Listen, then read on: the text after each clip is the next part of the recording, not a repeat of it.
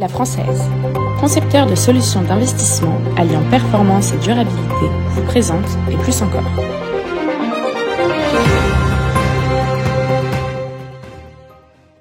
Il est a priori deux qualités, entre autres, que vos clients attendent de vous.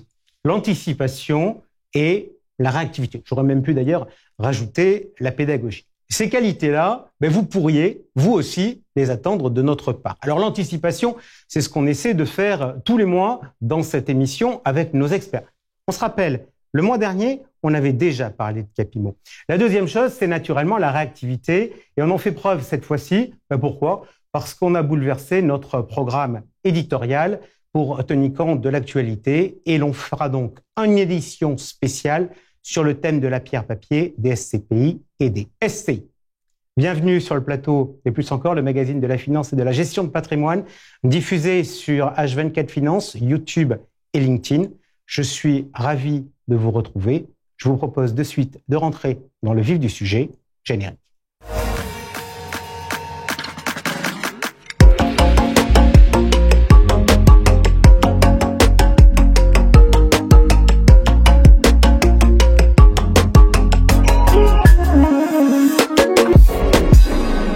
Salut à tous, il y a des stats qui font plaisir et celle que je vais vous donner me fait tout particulièrement plaisir sur cette émission. Je pense que c'est la première fois de l'année et c'est la première fois depuis l'histoire de cette émission, mais nous sommes à la parité avec autant d'invités femmes que d'invités hommes. Alors on va justement commencer par les femmes, on va commencer par celle qui est fidèle au poste avec nous tous les mois pour son point marché, c'est Nadine Trémolière, directeur de Primonial Portfolio Solutions.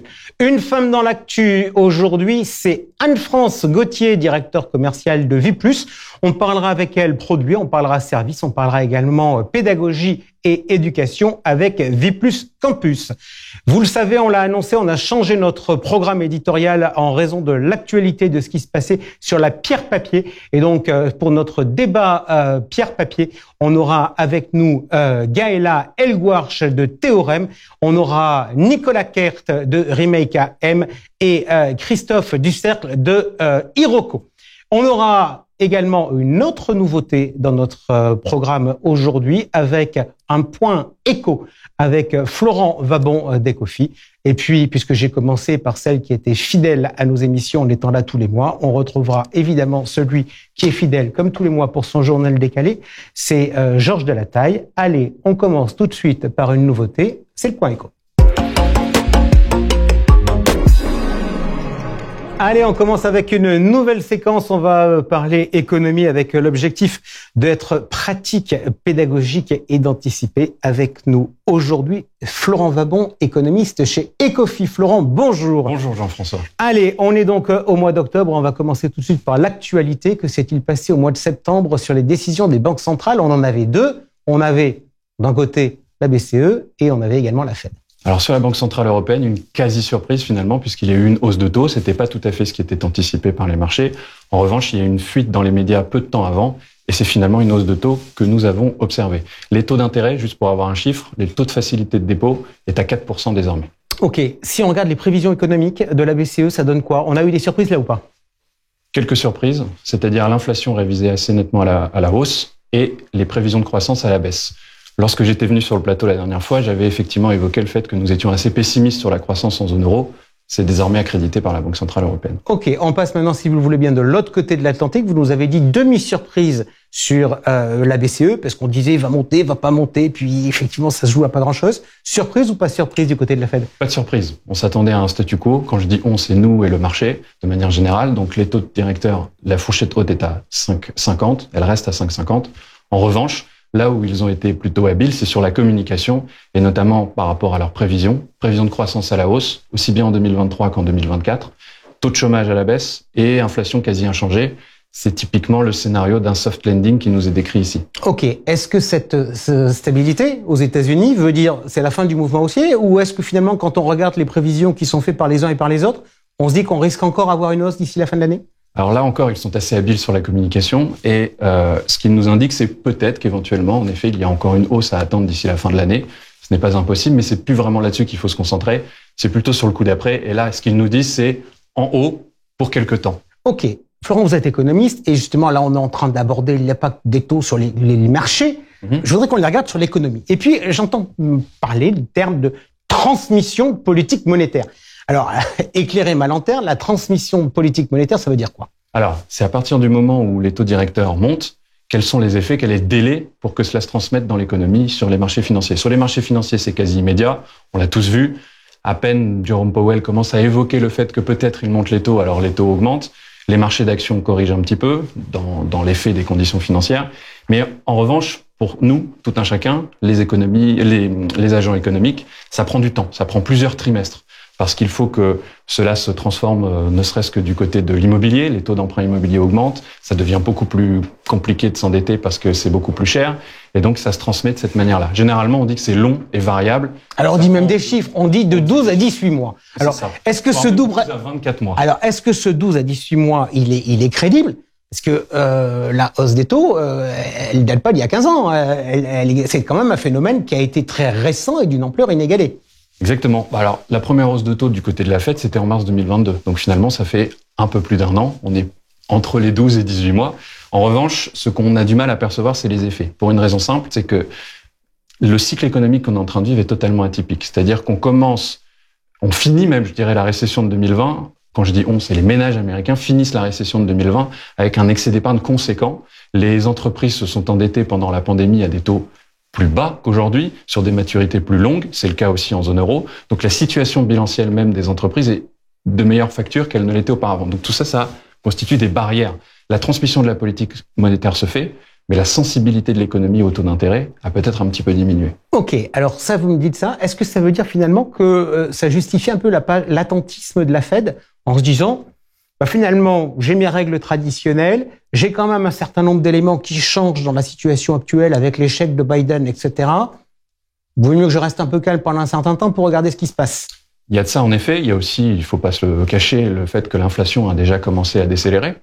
Alors est-ce que c'est du fait de la Fed ou pas? C'est une autre question. Mais en revanche, la désinflation s'est déjà enclenchée. Donc effectivement, il y a un moment de pause qui va être observé. On ne sait pas encore combien de temps, sans doute plusieurs trimestres. Et donc, le temps d'observer ces effets. Ok. Maintenant, je voudrais qu'on regarde justement dans ces logiques de transmission monétaire. Vous, économistes, vous recevez un certain nombre d'indicateurs dans les masses monétaires M1, M2, M3. Donc, M3, c'est la plus large. Et lorsque l'on regarde M3 en zone euro, on constate son évolution est désormais négative depuis le mois de juillet. Est-ce que c'est le prélude à la récession que vous avez évoquée au début de notre échange? Alors, M3 est négative en glissement annuel, mais parce qu'elle a aussi beaucoup augmenté l'année d'avant. Alors, pour moi, c'est plus un symbole, finalement, du fait que la transmission politique monétaire est en train de se répercuter sur l'économie. Et donc, en effet, la dernière fois que j'étais venu sur ce plateau, nous avions évoqué l'idée d'une récession en zone euro. Nous avons été contredits par les faits, qu'on se le dise. En revanche, nous sommes toujours assez pessimistes sur cette seconde partie d'année pour la zone euro. Pour les États-Unis, on ne change pas notre fusil d'épaule, c'est-à-dire qu'on avait dit pas de récession en 2023. Pour nous, il n'y en aura toujours pas. En revanche, nous sommes désormais beaucoup plus pessimistes sur les 2024. Pour les raisons que j'ai évoquées, à savoir que la transmission de la politique monétaire va finalement se faire. Ok, donc ça, a priori, ça devrait plutôt être favorable au taux, c'est-à-dire que les hausses devraient un peu se ralentir. Juste une dernière question. Si vous avez un message à faire passer à nos amis distributeurs qui nous écoutent, d'un point de vue économique, est-ce qu'il y a une idée aujourd'hui qu'il faut avoir en tête? On a parlé de surprise, etc. Si on veut pas être surpris, il faut avoir quoi comme idée en tête? Une idée de long terme que je défends depuis quelques temps maintenant, c'est le fait que on se souvient tous de la grande modération, c'est-à-dire le fait que les agrégats macroéconomiques, la croissance, l'inflation étaient plutôt stables ces 10, 20, 30 dernières années. Ce que je défends comme thèse, c'est qu'effectivement, on entre dans une période un peu nouvelle pour tout un tas de raisons. La crise de la Covid nous a montré des choses, la guerre en Ukraine. Donc, il faut s'attendre potentiellement à plus de volatilité macroéconomique. Donc, il ne faut pas être surpris que les banquiers centraux nous parlent de data dependent plutôt que de forward guidance. Exactement. Ok, merci beaucoup Florent Vabon d'avoir été avec nous pour ce point éco. Tout de suite, le point marché avec Nadine Trémolière. Le point marché avec nous, fidèle au poste, Nadine Trémolière. Bonjour. Bonjour Jean-François. Directeur de Primonial Portfolio Solutions. On attaque tout de suite, Nadine. On va reprendre une bonne vieille habitude qu'on avait dans l'environnement que l'on connaît depuis quasiment un an, c'est-à-dire de commencer par le tableau des taux d'intérêt que l'on regarde tout de suite. On voit donc les mouvements dont on a parlé il y a de cela quelques instants dans le point éco, c'est-à-dire la stabilité sur la Fed et la hausse du côté de la BCE. Et on va pas se focaliser là-dessus, on va se regarder sur les taux longs. Là, il n'y a pas de doute, il y a de vraies tensions, aussi bien sur le 10 ans américain qui passe au-delà des 4,50 et sur le 10 ans allemand qui est à 2,84. Pourquoi finalement les taux longs augmentent alors qu'on a le sentiment que les hausses de taux courts sont plutôt derrière nous? Je pense il faut revenir un petit peu au scénario qu'on avait imaginé en début d'année. Rappelez-vous, le consensus du marché, c'était un certain nombre de hausses, donc autour de 4, 5,5, donc 4% la BCE, 5,5 la Fed. On y est, mais on imaginait une baisse des taux déjà sur la fin de l'année 2023. Et je pense que quelque part, le marché ou les investisseurs sont en train de s'apercevoir que cette baisse des taux des différentes banques centrales risque d'arriver, je dirais pas au calendrier grec, mais plus dans le courant de l'année 2024. Ça veut dire quoi? Ça veut dire que les marchés s'étaient mis à rêver, finalement, de se dire, ça va être un épiphénomène, on va monter vite fort, et puis derrière, on va revenir au temps d'antan. Exactement. Et c'est, d'ailleurs, le message de Powell, depuis quelques mois, était de dire, attention, ça va durer plus longtemps que prévu. Et le marché l'entendait pas. Ou tout au moins, le marché ne réagissait pas. Et c'est qu'on avait cette courbe des taux qui faisait cette espèce de cloche, donc avec des maturités longues, qui quelque part, anticipait peut-être cette baisse plus rapide. Ça, c'est le premier point. Le second point qu'il ne faut pas oublier, c'est que les banques centrales essaient de réduire un petit peu la taille de leur bilan, donc achètent moins d'obligations. Et on a de l'autre côté des déficits budgétaires dans tous les pays qui sont en train de s'aggraver. Donc à un moment, il va falloir vendre à peut-être d'autres investisseurs ces obligations qui auparavant étaient rachetées par les banques centrales, et forcément, ces investisseurs demandent peut-être des rendements un petit peu plus élevés. On va re-regarder le tableau parce que vous savez qu'il y a un indicateur que j'adore, c'est l'écart entre le 10 ans américain et le 10 ans allemand. Pendant des mois et des mois, je vous ai dit, on est à 170 points de base, et puis on était redescendu à 130, c'était à peu près le cas si on regarde les chiffres fin 2022. On revient à 170 points de base. Ma question, c'est est-ce que finalement, les marchés sont en train de repartir sur un certain synchronisme entre la politique de la Fed et la politique de la BCE, alors que finalement elles n'étaient pas tout à fait synchrones, puisque la Fed était partie bien avant la BCE dans ses hausses de taux. Oui, mais on s'aperçoit que, encore une fois, que la problématique de la BCE est un peu différente de celle des États-Unis. La problématique de la BCE, c'est qu'on est quand même une économie en face d'une économie qui ralentit plus sérieusement que l'américaine. Donc peut-être que l'inflation est peut-être encore toujours un peu plus forte en Europe, donc qui pourrait justifier que la BCE continue à monter les taux, mais elle est confrontée à une activité économique qui est en train de ralentir. Et donc c'est pour cela qu'on est en train d'imaginer que le synchronisme va se rétablir entre les États-Unis et l'Europe. Ok, on passe tout de suite maintenant à notre tableau sur les actions. Et alors, on peut commenter deux choses. Performances sur le mois de septembre, elles sont pas bonnes, comme sur le mois d'août. Donc, deuxième mois consécutif où les performances sont dans le rouge. En revanche, si on regarde depuis le début de l'année, on a des performances positives. J'ai un peu le sentiment que les actions reprennent en compte la situation des taux. Parce qu'a priori, quand les taux montent, c'est pas très bon pour les actions. Les taux ont monté depuis le début de l'année, les actions ont progressé. Là, on a l'impression que la donne change. Pourquoi? Déjà, je pense que les indices, quelque part, ils sont aussi un peu, troublent un petit peu la vision. On le dit depuis quelques mois, je veux dire, c'était particulièrement vrai en 2023. Il y a quand même des progressions d'indices qui sont très liées au large cap, grande capitalisation, là où les indices de, on va dire, moyenne et faible capitalisation sont quand même très en retard, voire même avec une progression relativement faible.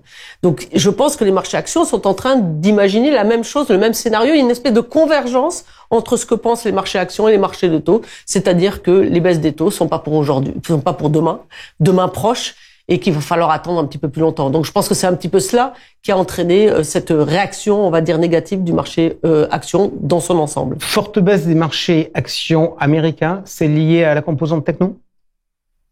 En partie, on s'aperçoit que le Nasdaq a pas énormément baissé plus que le S&P 500 sur le mois de septembre, mais c'est vrai qu'on a cette vision, on va dire, plus croissance, qui est plus sensible au taux d'intérêt, qui a été plus affectée que peut-être la partie value européenne. Small cap, toujours en difficulté, et quand on regarde la performance depuis le début de l'année, on est à plus 2,8, ça veut dire qu'on commence à s'approcher du négatif. Oui, c'est la difficulté. Ça, c'est un phénomène mondial. Je veux dire, on le regarde sur les large caps, sur les small caps européennes, mais quand vous regardez les small caps internationales, on a exactement ce même phénomène.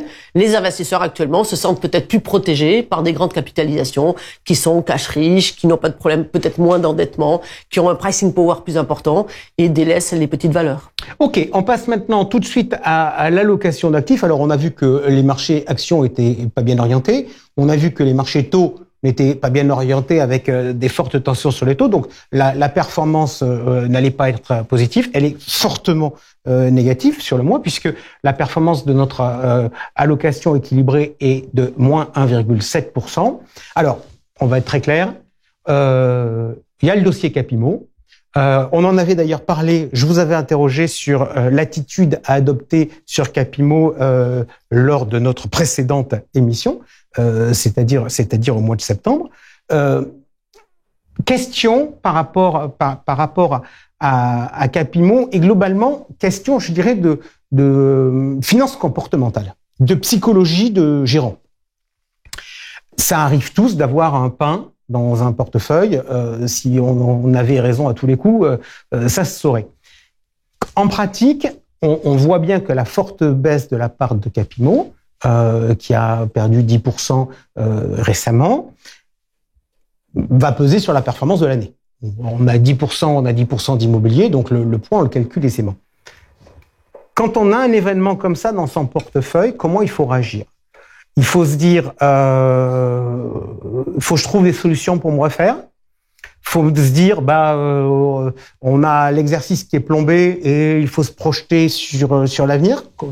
Quels sont les bons et les mauvais réflexes à avoir ?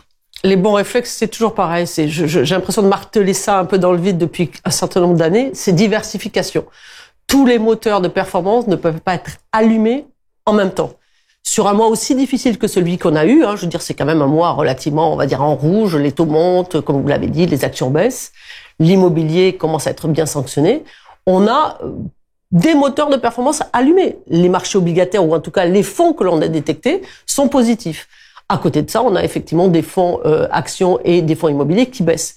Mais rappelez-vous, 10% ou 11% sur une SCI, sur 10% du portefeuille, ça ne vous coûte que 1% ou 1% d'eux. Donc, je veux dire, on n'a pas, pour moi, quelque part, c'est un phénomène, je veux dire, c'est un support qui nous a énormément apporté dans des marchés difficiles. D'accord? Il est un peu moins bon contributeur, mais il faut le regarder sur une période de plutôt long terme. Donc moi, vous parliez de finance comportementale. Justement, le comportement que j'essaye d'inculquer à tous mes clients, c'est de dire, on va pas sortir à la moindre catastrophe ou à la moindre problématique quand on est sûr de la qualité des actifs sous-jacents que l'on tient dans le portefeuille. Vous essayez de construire un portefeuille, je dirais, avec une durée de vie plus ou moins moyenne, on fait des ajustements à la marge, 5% par-ci, 5% par-là, mais la philosophie qui est de dire on va mettre du fonds en euros, on va mettre de l'immobilier, on va mettre des actions et on va mettre des obligations, pour moi il est inchangé. Ok, ça veut dire qu'en pratique, quand on regarde les relevés de portefeuille, on a tendance à voir ligne par ligne avec la variation ligne par ligne. C'est ce qu'il faut pas regarder. Ce qu'il faut regarder, c'est la performance globale. Exactement.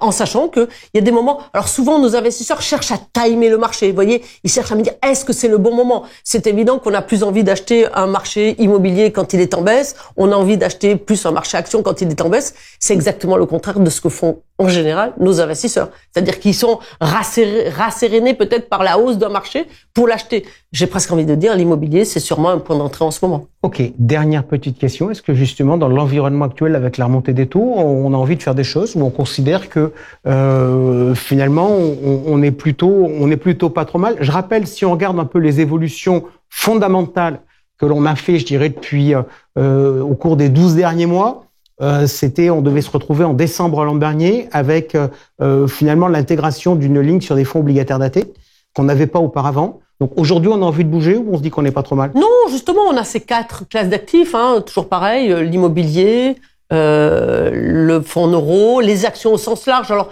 quand je dis actions, souvent, on peut mettre du produit structuré, on peut mettre du fonds private equity, et puis la partie obligataire qui, comme vous l'avez dit, a grossi, a pris, et qui apporte actuellement, quelque part, la stabilité du portefeuille que l'on n'avait pas auparavant, et du rendement positif, puisque rappelez-vous, la contribution des fonds obligataires ce mois-ci a été positive pour notre portefeuille. Donc on s'en réjouit.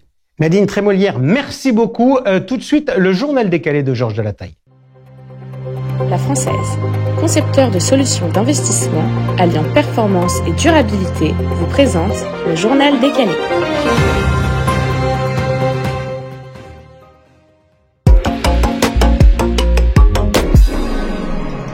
De retour de Patrimonia où le moral était bon, moral qui se confirme dans le 17e baromètre annuel de BNP Paribas Cardiff. Les CGP se projettent avec optimisme malgré les différentes crises. 95% d'entre eux pensent que la profession se porte bien. Si on regarde les points clés à retenir, en dépit d'un contexte géopolitique, économique et tout ce qu'on veut chahuter, les résultats de cette année révèlent une solidité du marché et une relation de confiance entre les CGP, leurs clients et leurs fournisseurs. Cet optimisme est porté par une bonne dynamique commerciale. 64% d'entre eux ont vu leur clientèle augmenter. Du côté des enjeux, leur premier enjeu est sans surprise la réglementation. Plus de 2/3 des CGP ont conscience que cette même réglementation leur permet de mieux se protéger et surtout de mieux protéger leurs clients. 82% des CGP, ça s'appuie sur les associations professionnelles ou éventuellement leur groupement pour se tenir informés et bien rester à jour sur la réglementation. Enfin, dans le mercato, je vous parle toujours, quasiment tous les mois, de regroupement, de rapprochement. Ça ne devrait pas s'arrêter. 7 CGP sur 10 sont concernés par des projets de cession ou d'acquisition. Un mouvement de consolidation du marché qui se poursuit. Qu'est-ce que vous voulez que je vous dise sur ça? Alors c'est marrant parce que j'ai plutôt tendance à être d'accord avec le baromètre de BNP Paribas Cardiff sur le moral. Moi, à Patrimonia, j'ai vu globalement des CGP satisfaits. Naturellement, on n'a pas le même sentiment. Ceux qui étaient mono SCPI, avec des rémunérations directes, eux, ils sentent bien que ça va être un peu compliqué, mais sur les modèles économiques diversifiés, a priori, ça a l'air de plutôt aller. Et du coup, j'ai été surpris par un papier du Figaro, où on parlait effectivement du mauvais moral des CGP, justement, suite à ce qui se passe sur la pierre papier.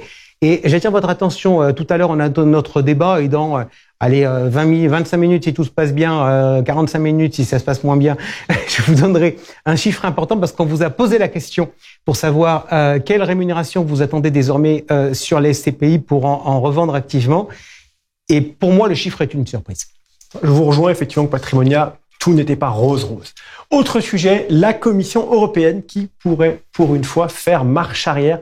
Marche arrière sur quoi? Sur les fameux articles 8 et 9 du règlement SFDR.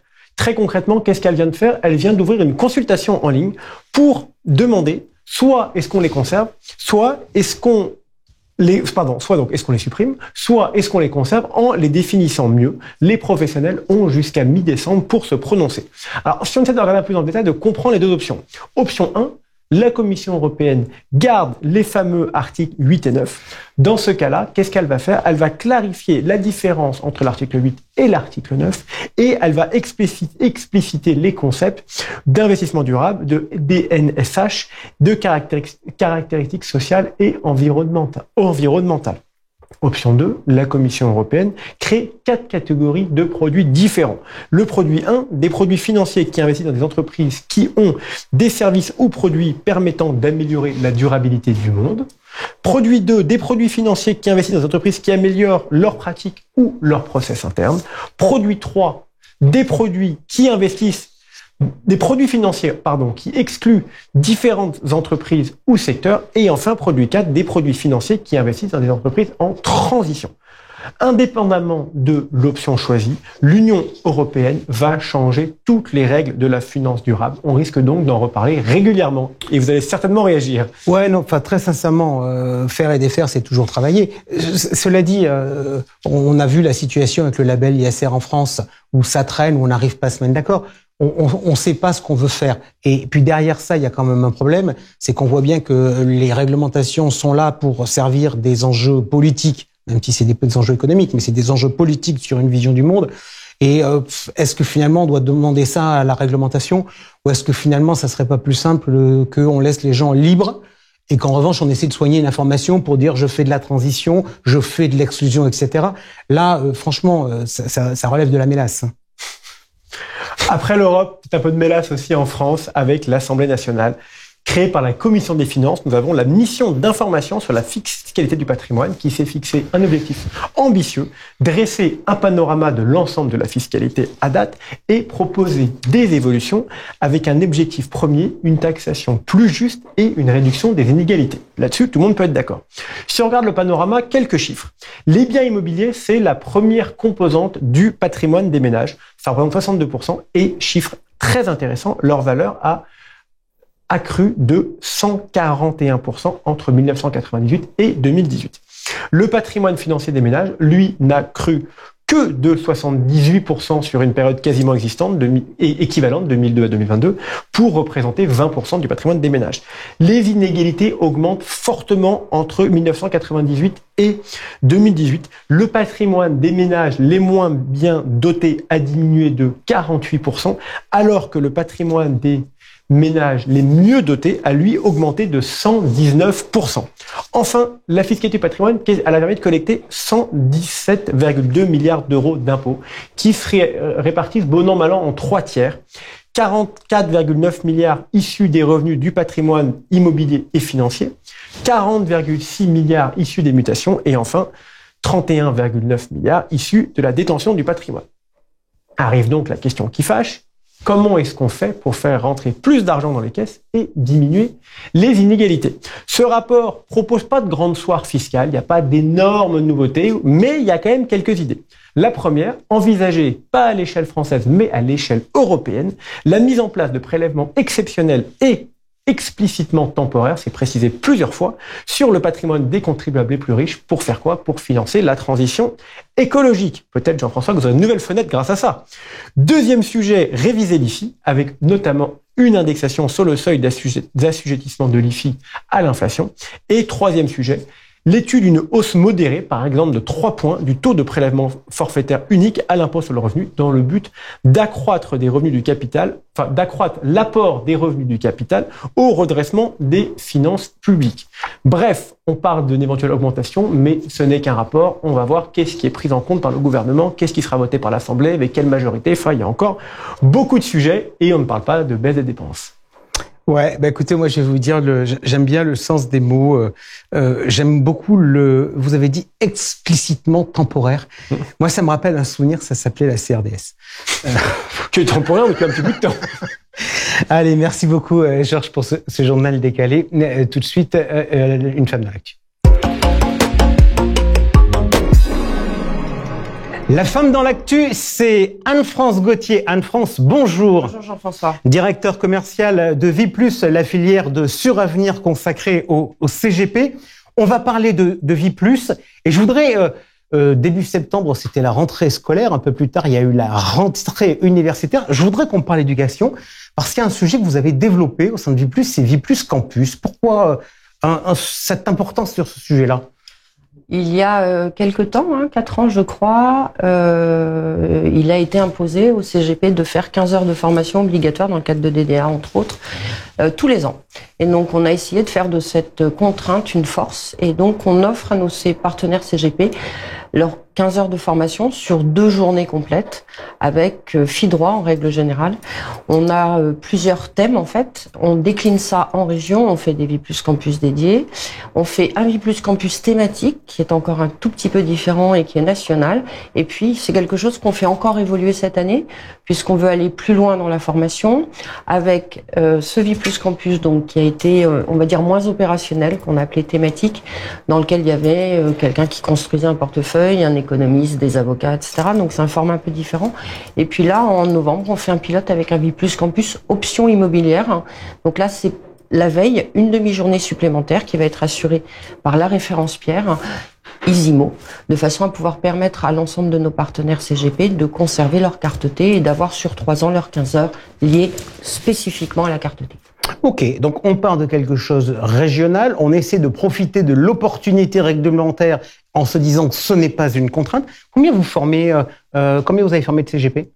Je pense qu'on a formé 1200 personnes tous les ans.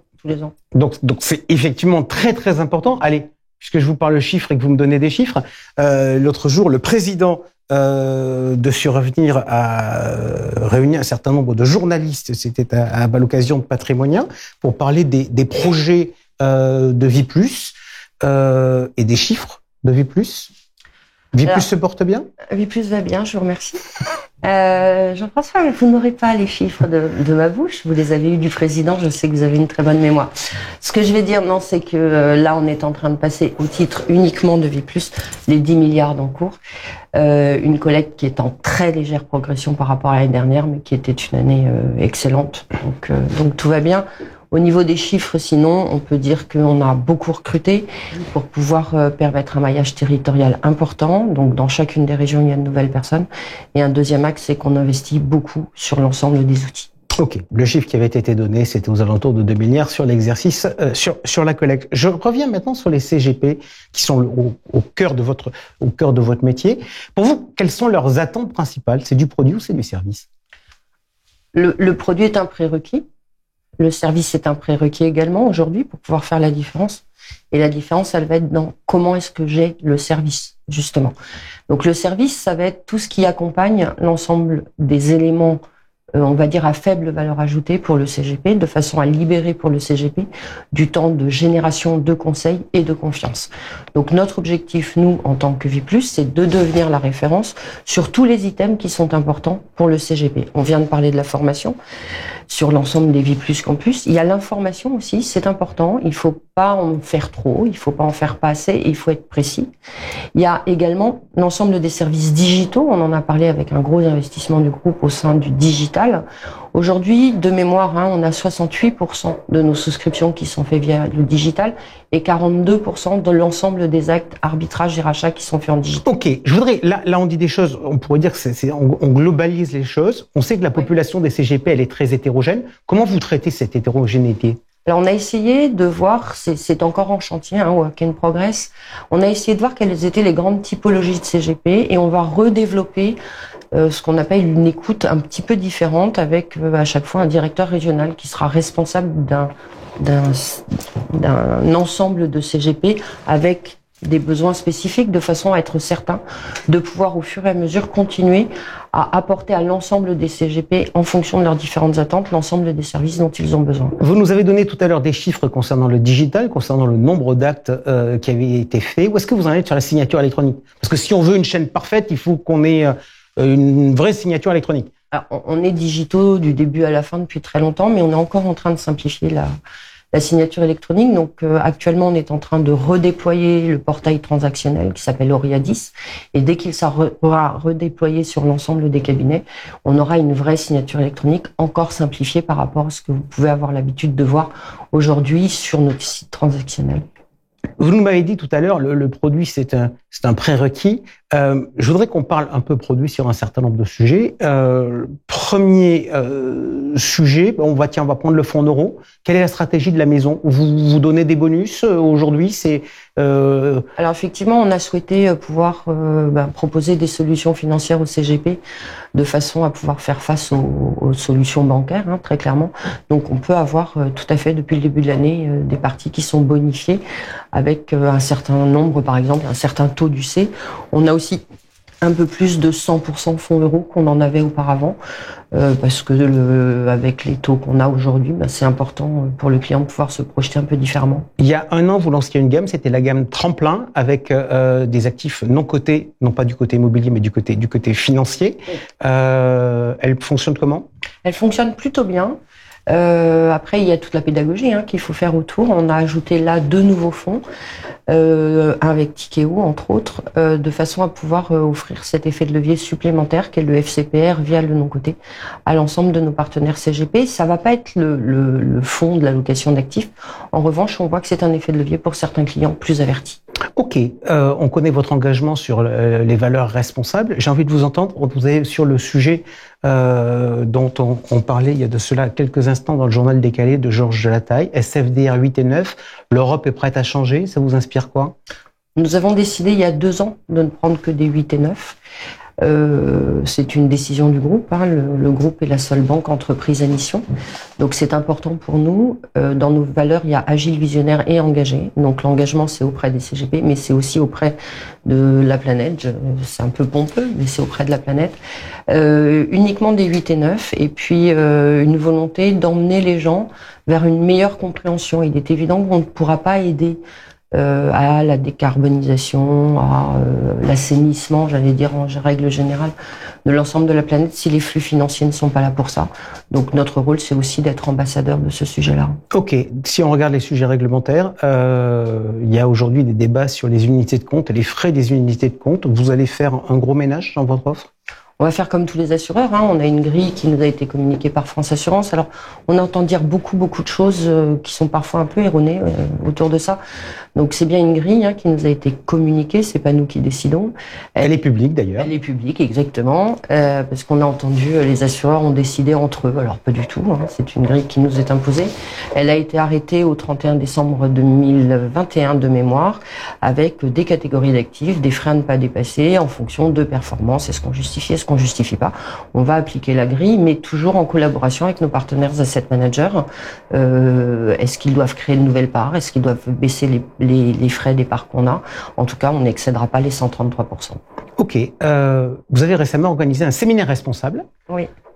Pour mettre en application vos valeurs. Vous n'êtes donc pas allé à l'autre bout du monde. Ça marche? Alors c'est très drôle parce qu'il y a beaucoup de personnes qui m'ont posé la question. Oh, mais t'as fait faire ça à des CGP? Alors oui, j'ai fait faire ça à des CGP. Donc effectivement, nous sommes allés à Dinard. Donc on n'a pas eu besoin de prendre des jets privés et nous avons nettoyé la plage de Dinard. Alors un petit morceau avec des CGP. Oui, on a fait faire ça. Mais elle est sale la plage de Dinard? Alors elle est très très propre la plage de Dinard et pour autant, donc c'est 1670 morceaux de verre, 467 mégots, etc., etc. C'était très intéressant. On a fait un duplex aussi avec Romain Troublé de la Fondation Tara Océan. Et on essaye d'emmener vers une meilleure compréhension des enjeux. Et la Fondation Surfrider, nous a expliqué, par exemple, un mégot, ça pollue 500 litres d'eau. Donc, quand on en ramasse 467, ça motive à ne plus jeter ses mégots par terre. Ça donne envie d'arrêter de fumer? Pas complètement, mais bientôt. Ok. Est-ce que vous avez d'autres projets de cette nature dans les cartons? Oui, on a beaucoup de projets autour de ça. Ce qui est amusant, c'est que, comme je le disais tout à l'heure, beaucoup m'ont dit mais c'est pas possible, un CGP, ça l'intéresse pas de faire ça. Et en fait, on a eu des gens ravis, donc on va continuer à développer. Il y aura pas que des nettoyages de plage, mais je réserve quelques surprises pour la rentrée. Eh bien, je compte sur vous pour venir nous en parler. Merci beaucoup Anne-France Gauthier d'avoir été avec nous. Tout de suite, on attaque notre édition spéciale sur les SCPI. Allez, on vous l'avait promis, édition spéciale SCPI, aujourd'hui avec la situation de ce qui se passe sur le marché. On se rappelle, au mois d'avril, AEW avait ouvert le bal des baisses de parts. Il s'est passé pas mal de choses, notamment avec la forte baisse de parts de Capimo, la SC du groupe Primonial. Alors aujourd'hui, on n'a pas réuni notre traditionnel club des experts immobiliers. On le retrouvera naturellement au mois de décembre. Aujourd'hui, on a décidé d'accueillir de nouveaux acteurs pour avoir un autre regard sur ce qui se passe. Donc, nouveau plateau immobilier. Elle est avec nous, elle est directrice générale de Théorème, Gaëla Welgersh. Bonjour. Bonjour Jean-François. Du côté des garçons, de l'autre côté, on retrouve le président de Remake AM, Nicolas Kert. Bonjour. Bonjour Jean-François. Et à côté de vous, le cofondateur d'Irotco, Charles Duclerc. Bonjour Charles. Bonjour Jean-François. Allez, on va naturellement, ça a été l'un des sujets à Patrimonia. J'ai plein de questions pour vous. On va commencer, si vous le voulez bien, de manière ludique. Je vais vous poser la question toute simple. Quelle est, selon vous, l'ampleur de la crise sur une échelle de 1 à 10? 1, c'est il n'y a pas de crise, et 10, c'est très grave. Gaëla. On va dire 3. Ok. Nicolas? Moi, je dirais 6 parce que j'attends les répliques. Ok. Charles? 5,5 à 6. Ok. Parfait. Alors maintenant, deuxième question, et après on va naturellement rentrer dans le détail. J'aurais tendance à dire que dans l'immobilier, il peut y avoir 3 types de problématiques. Il peut y avoir des problématiques qui sont liées à l'immobilier, genre les stocks, les locations, etc. Il peut y avoir des problématiques liées aux financiers, on pense naturellement au niveau des taux d'intérêt. Donc ça, c'est des sujets entre guillemets d'actifs. Et puis, il peut y avoir des problématiques de passifs. Et ça, c'est des problématiques de liquidité. Alors, immobilier, financier ou liquidité, si je vous demandais de hiérarchiser les problématiques actuelles, Gaëlla, vous me diriez quoi? Liquidité, mais c'est lié justement à ces corrections. Ok, on y reviendra. Donc, liquidité, vous me dites? Immobilier. Et le troisième. Ok. Charles? Quel était le troisième? Le troisième, liquidité, immobilier et financier. Donc je dirais liquidité en premier évidemment, financier et ensuite immobilier. Nicolas? Et pour ma part, je dirais financier d'abord, c'est l'évolution des taux d'intérêt. Liquidité, c'est la conséquence de l'évolution des taux. Et puis troisième vague, l'immobilier, ce sera demain. Ok. Alors justement, je vais commencer avec vous. Je voudrais maintenant qu'on essaie de regarder chacun de ces points pour faire un peu une sorte d'état des lieux. Immobilier, il y a un parallèle qui existe aujourd'hui, qu'on entend beaucoup. La dernière gigantesque crise qu'on avait connue sur la pierre-papier, c'était les années 90. Comment aujourd'hui vous jugez l'état du marché immobilier? Alors effectivement, les années 90, c'était une crise immobilière, c'est aussi une crise financière. Je rappelle que il y a eu l'explosion du SME en fait à ce moment-là, au moment de la réunification en fait Allemagne de l'Est, Allemagne de l'Ouest, donc des besoins de financement colossaux, donc des taux qui sont montés très haut. Mais il y a eu aussi en fait un gros problème immobilier, avec notamment en France, mais pas nécessairement dans les autres pays d'Europe, un phénomène de surproduction de bureaux essentiellement. C'est pas le cas aujourd'hui? Alors, il se trouvait que les SCPI à l'époque étaient essentiellement investis en bureaux, donc forcément, l'impact a été assez violent sur toutes ces SCPI-là. Aujourd'hui, la surproduction, en fait, en France, mais aussi dans plusieurs pays d'Europe, dans la plupart des pays d'Europe, elle n'est pas là. C'est-à-dire que les promoteurs ont arrêté de construire avant qu'il soit trop tard, parce que les banquiers ont arrêté de prêter sur des opérations spéculatives, c'est-à-dire en blanc, relativement tôt. Donc, on n'a pas des phénomènes de surproduction, c'est juste qu'on a un phénomène de demande, notamment sur les bureaux, mais pas pour les autres classes d'actifs, qui est en retrait. Moins de demande de bureaux, donc forcément un stock qui est équivalent, une demande en baisse, et donc des déséquilibres qui doivent se produire. Ça se voit pas encore aujourd'hui complètement, parce que les taux de vacances sont quand même très raisonnables, mais on le voit à travers les durées de franchise qui sont un peu plus longues et des niveaux de loyer dans certaines capitales européennes qui commence à baisser, qu'il y a un déséquilibre qui est en train de se produire, mais qui n'est pas, mais absolument pas celui qu'on a pu connaître dans les années 90 en France et en Île-de-France. Quid du sujet de l'inflation? Parce qu'il y a quand même une différence fondamentale avec les années 90, c'est que la désinflation est faite. Là, aujourd'hui, l'environnement inflationniste, il est quand même fondamentalement différent. Il pose évidemment plusieurs questions. Le premier point, c'est qu'on a la chance dans l'immobilier d'avoir un hedge sur l'inflation. Donc, on a une couverture partielle sur l'inflation grâce à l'indexation. Après, c'est un feu de paille, hein. C'est-à-dire que si vos valeurs locatives n'augmentent pas parce que les équilibres offre-demande, en fait, sont pas bons, eh bien, vous pouvez avoir une indexation des loyers qui crée donc davantage de dividendes pour les épargnants de SCPI.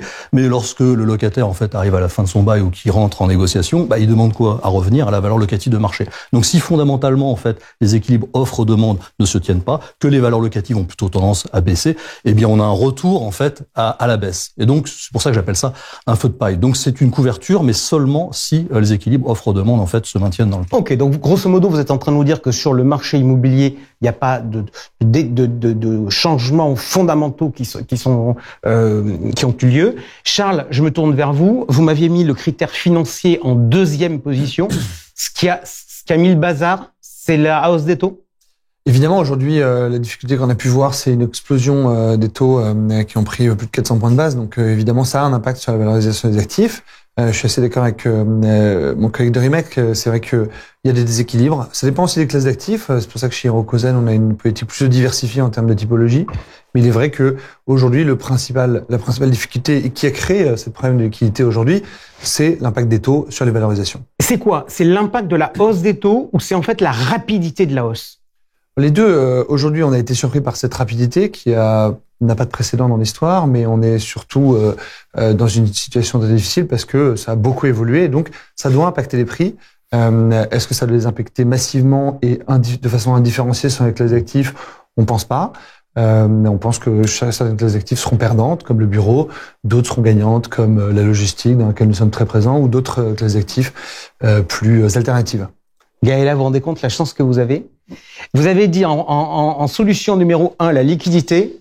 Oh, c'est pas une solution. Enfin, en problème numéro 1, non mais votre réponse numéro 1, c'était la liquidité, et je vais vous interroger là-dessus. Oui, en fait, c'est intéressant puisqu'on a classé cette crise de manière très différente avec mes confrères. Et moi, je la classe à 3 parce que je considère que Nicolas a raison et que celle de 90 était, on va dire, une classification autour de 7. Et qu'aujourd'hui, ça me semble pas délirant de la classer comme ça, puisque effectivement, c'est une logique exclusivement de taux. Il faut vraiment rappeler aux gens que cette crise, elle est exogène à l'immobilier, que les fondamentaux avant tout ça étaient complètement ouverts. Et je pense que on a oublié de le dire à nos partenaires et aux clients. C'est exogène à l'immobilier. Les fondamentaux étaient vraiment très bons, que ça soit en termes de vacances, de demandes, etc. Donc ça n'a aucun rapport avec la crise de 90 qui était immobilière et financière. Alors, est-ce que quand même par rapport à 90, il n'y a pas quand même un changement majeur? C'est qu'aujourd'hui, on est dans une société où on a soif de liquidité, ce qui était un peu moins le cas dans les années 90. Absolument. Alors ça, c'est la vraie différence par rapport à ce qu'on a déjà vécu. Je pense que pas mal de gens ont financiarisé l'immobilier, ont oublié que l'immobilier, ce n'était pas liquide, ou que quand il y avait de la liquidité, c'est parce que la société de gestion devait la construire, soit à la structuration des fonds, soit en fonction des véhicules, ça existe. On se rappelle tous la création de l'OPCI grand public, qui a été créée pour donner plus de liquidité à la compagnie d'assurance. Mais en tant que gérant immobilier, la liquidité, elle s'obtient par compensation sur la quasi-totalité des véhicules, ce qui n'a jamais posé de problème quasiment en 50 ans, sauf en 90. La dernière crise, qui est celle de 2008, il y a eu des problèmes sur les fonds institutionnels, mais les fonds grand public n'ont pas été touchés. Je le rappelle quand même. C'est très important de le souligner. Donc en gros, en 50 ans, il y a eu une fois un problème de liquidité sur les fonds immobiliers grand public. Donc il faut prendre une bonne respiration et se dire, voilà, on va pas tout bouleverser, tout changer parce que une fois tous les 50 ans, il y a une problématique de liquidité. Donc on va continuer, évidemment, quand on repartira en vitesse de croisière, à offrir cette liquidité assez facilement par compensation. Je pense que nous, on a 3 SCPI, pour le coup, jeunes, qui collectent et qui offrent, ou qui pourraient offrir, on n'a pas de rachat, mais cette liquidité par compensation. C'est la logique. Chez Théorème, on a une SC où là, pour le coup, on avait une liquidité plus importante. On l'a structurée à l'origine du véhicule parce qu'on n'avait pas de frais d'entrée. On savait que ça créait de la volatilité sur les encours. Et cette liquidité, on l'a construite à l'origine du fonds. Est-ce que ça suffit? Est-ce que ça suffit pas? Voilà. Mais par contre, le vrai sujet de la liquidité en immobilier, c'est qu'elle a un coût. Et qu'aujourd'hui, quand on fait une expertise qui a été demandée sur les SCPI, par exemple, à mi-année, mais une expertise classique trimestrielle dans les SC, ou celle qui va se dérouler à la fin de l'année pour les véhicules de type SCPI, on a une valeur qui est la valeur d'expertise. Je vais pas prendre ce qui est une valeur d'expertise, évidemment, à ceux qui nous regardent, mais globalement, l'expert va étudier notre actif. Souvent, il le connaît, il connaît le locataire, la notation de ce locataire, les flux, etc., etc. Et puis, en ce moment, bien évidemment, il intègre cet impact taux sur la valeur. Donc, il y a des petites corrections. La deuxième valeur aujourd'hui sur le marché, c'est la valeur si on doit vendre l'actif dans cette période stressée. Et c'est ça qui gêne aujourd'hui un gérant immobilier, c'est que s'il doit céder un actif aujourd'hui, eh bien évidemment, cette liquidité, elle a un prix. Alors Gaëlla, vous dites, je veux pas expliquer aux gens qui nous écoutent la valeur de l'expertise. Si, on va le faire. On va le faire et je vais vous dire pourquoi. Parce qu'en fait, j'ai toujours tendance à dire que, alors les valeurs d'expertise, les valeurs de reconstitution, on s'est mis à en reparler quasiment pendant 10 ans, on les regardait même pas. Là, on en reparle parce que, notamment, l'autorité des marchés financiers a demandé une évaluation en milieu d'année via les associations professionnelles, qu'il s'agisse de l'ASPIM, qui recouvre la majorité des membres de la profession, ou de l'AFG qui recouvre quelques acteurs. Je voudrais qu'on revienne là-dessus parce que dans mon esprit d'épargnant final, mais également dans mon esprit de conseiller, en particulier quand on fait une déclaration à l'IFI, on doit déclarer une valeur vénale. Donc la valeur vénale, c'est quoi? C'est la valeur du bien le jour J, si je dois le vendre ce jour-là. Est-ce que les valeurs d'expertise sont une valeur vénale ou pas, Nicolas Kerr? Parce que dans ce que j'ai entendu de la part de Gaëlla, j'ai pas eu ce sentiment-là. Alors oui, parce qu'il y a quelques précisions à donner sur la méthode d'évaluation des SCPI. Alors non, dans votre déclaration IFI, Jean-François, vous déclarez votre prix de retrait et pas votre valeur vénale. Donc première chose. D'autre part, la plupart des fonds aujourd'hui disponibles dans le marché, valeur mobilière, valorisent en valeur liquidative. Donc ils créent une valeur liquidative qui est la somme en fait de la valeur de marché alors d'expertise pour des actifs non cotés ou de marché pour des actifs cotés, qui détermine une valeur liquidative et vous achetez ou vendez sur la base de cette valeur liquidative. Donc il n'y a pas de décote. En déduisant les charges, dettes, amortissement du fonds. Exactement. C'est vraiment à la date de l'établissement de la valeur. Voilà. Il se trouve que sur la SCPI, on a un mécanisme qui est différent puisqu'on a 3 valeurs. La valeur comptable, qui est la valeur historique, plus les travaux investis. La valeur de réalisation, on va y revenir. Et puis cette fameuse valeur de reconstitution qui est le point pivot autour duquel vous pouvez émettre des parts de SCPI à plus ou moins 10%. Et ça, c'est à la main de la société de gestion et uniquement à sa main. Donc c'est un prêt administré. C'est un prix administré, exactement. Si on revient sur la valeur de réalisation, ça ressemble effectivement à un actif net réévalué. Il y a des toutes petites subtilités liées en fait au plan comptable de la SCPI, mais globalement, on va retenir que c'est un actif net réévalué, donc il prend en compte effectivement les actifs et aussi les passifs de la SCPI. Et la particularité, c'est qu'on expertise une SCPI une fois par an, parce que à la fin de l'année, l'expert passe, et puis on a ensuite une AG 4-5 mois après, donc on va dire au mois de mai de l'année suivante, où l'Assemblée Générale se voit valider les différentes valeurs dont j'ai parlé. Comptable, réalisation et reconstitution. Et à partir de là, à partir du moment où l'Assemblée Générale a validé ce prix, eh bien on fixe ces valeurs de reconstitution, et là, la société de gestion peut bouger à l'intérieur de son tunnel de plus ou moins 10%. D'accord, mais cette évaluation, moi j'en reviens à la chose suivante. Est-ce qu'on prend en compte d'autres éléments que la valeur de marché à l'instant T dans cette valeur de reconstitution ou pas? Je vais prendre un exemple tout bête pour bien me faire comprendre et pour qu'on essaie de bien comprendre les prix qui sont indiqués, puisque tout le monde fonctionne pas de la même façon et c'est quand même un sujet majeur. Je suis propriétaire d'un immeuble sur lequel j'ai mon locataire qui s'en va. On va prendre un exemple comme ça. Donc j'ai de la vacance. A priori, si j'ai mon immeuble qui est vacant, il va valoir moins cher. Est-ce que, vous êtes expert, Nicolas, vous passez pour faire analyser mon immeuble, est-ce que vous me dites, monsieur Filiatre, grosso modo, vous avez plus de locataire, c'est moins 25 de décote? Oui, ça marche prosaïquement comme ça. On va simplifier, mais ça marche prosaïquement comme ça. Après, il y a évidemment des cas particuliers. Même si je vous dis, mais dans 3 mois, j'en retrouve un? Parfois, un immeuble vide a plus de valeur qu'un immeuble plein. Si vous avez un foncier sur lequel vous pouvez développer des choses, ça a plus de valeur, mais globalement, dans les SCP, on est plutôt dans le schéma que vous décrivez. J'observe juste une chose, c'est que quand un expert vient valoriser un actif, il va regarder cet actif et il va le comparer aux dernières transactions qui ont été réalisées. Par exemple, le mois d'avant. S'il trouve pas de transaction similaire le mois d'avant, il va regarder le mois encore d'avant, etc. Sauf que la transaction qui est passée devant notaire et qui est devenue quasi publique, elle a été négociée 4-5 mois avant, parce qu'il y a le délai de la promesse, il y a la négociation sur les prix, il y a les diligences. Et donc, du coup, il est en train de faire une comparaison par rapport à quelque chose qui s'est négocié un peu en amont. Donc, il y a forcément un décalage entre la fixation de son prix, parce que l'actif qui va valoriser, il est unique, parce qu'il n'est pas ressemblant à ce qui a pu se passer, et en plus, c'est une négociation qui est un peu lente. Du coup, on va pas faire de procès sur les experts, c'est pas du tout le cas, mais il faut bien comprendre que quand on évalue un instant T, on n'est pas forcément rigoureusement sur un prix de marché. Et c'est aggravant parce qu'en ce moment, il y a très peu de comparables. Et parce que ça bouge vite. Alors, parce que ça bouge très très vite. Allez, j'entends les arguments. Il y a très peu de comparables. Est-ce qu'il y a une omerta sur les prix? On a l'impression qu'aujourd'hui, chaque fois qu'il y a une transaction, personne veut dire le taux. Non. Charles. Beaucoup d'acteurs aujourd'hui, la transparence est un point important. Nous, c'est inscrit dans nos valeurs chez Hiroko. D'accord, mais j'ai l'impression quand même qu'il y a quelques vendeurs qui ont pas envie de dire j'ai acheté un truc à 7 et je le vends à 12. Non, je pense que effectivement aujourd'hui, quand vous êtes vendeur, vous ne déclarez pas ça. Vous n'allez pas faire un communiqué de presse là-dessus. En revanche, nous acheteurs, on communique de façon très transparente. De toute façon, aujourd'hui, il y a une base qui est accessible à tous. Au bout de 4 mois, vous avez les valeurs de tout le monde. Les experts sont assez transparents. On donne tous nos informations. Donc, je suis assez d'accord avec le décalage. C'est pas la faute des experts, c'est que souvent ils n'ont pas de comparable. J'ajoute à ça quand même un modulo sur la classe d'actifs. Ils anticipent quand même un peu les experts, parce que ils prennent pas que les comparables passés.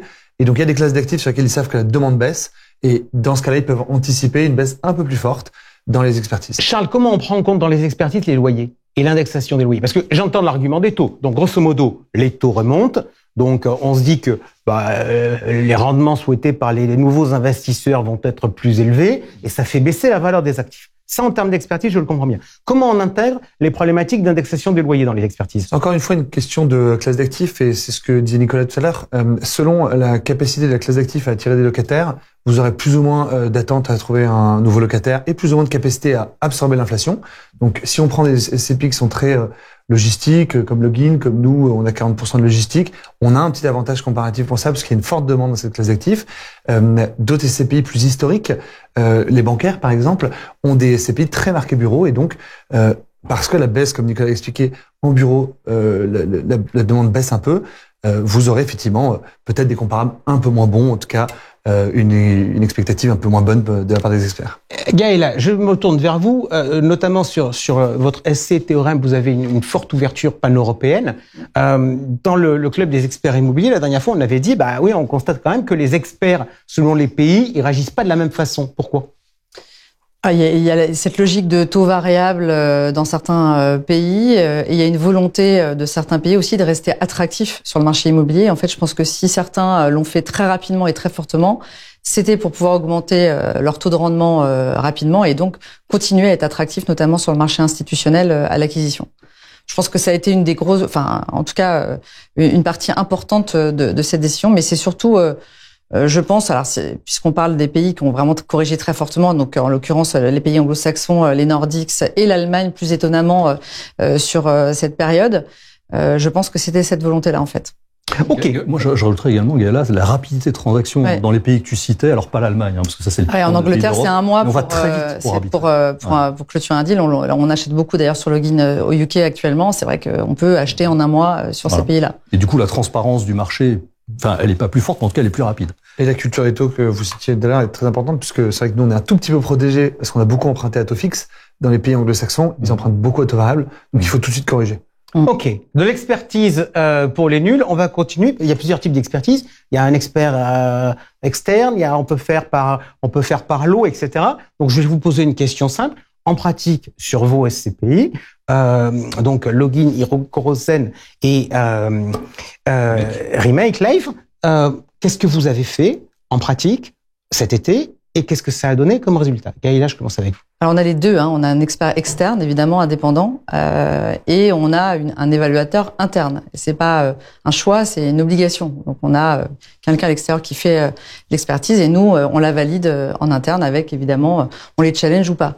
Nous on a fait évidemment même si c'était un petit peu ridicule compte tenu de la jeunesse de notre SCPI puisqu'elle a été créée en octobre, on a acheté les premiers actifs en décembre et les autres en 2023, mais on a fait l'exercice et en se prêtant à cet exercice sans surprise mais avec beaucoup d'humilité, notre valeur s'est appréciée parce que, bien sûr, nous avons acheté sur un marché logistique très fortement corrigé, en l'occurrence en Europe. Ok, donc vous avez évalué tout le patrimoine par un externe. Alors, sauf ce qu'on avait acheté au cours du dernier trimestre, puisque c'était... D'accord, vous considériez que vous aviez le prix juste, c'était le dernier trimestre. Charles, qu'est-ce que vous avez fait, vous, chez donc nous, on a décidé, nous aussi, de faire l'intégralité du patrimoine en expertise externe. Évidemment, revalidé derrière par notre expert interne.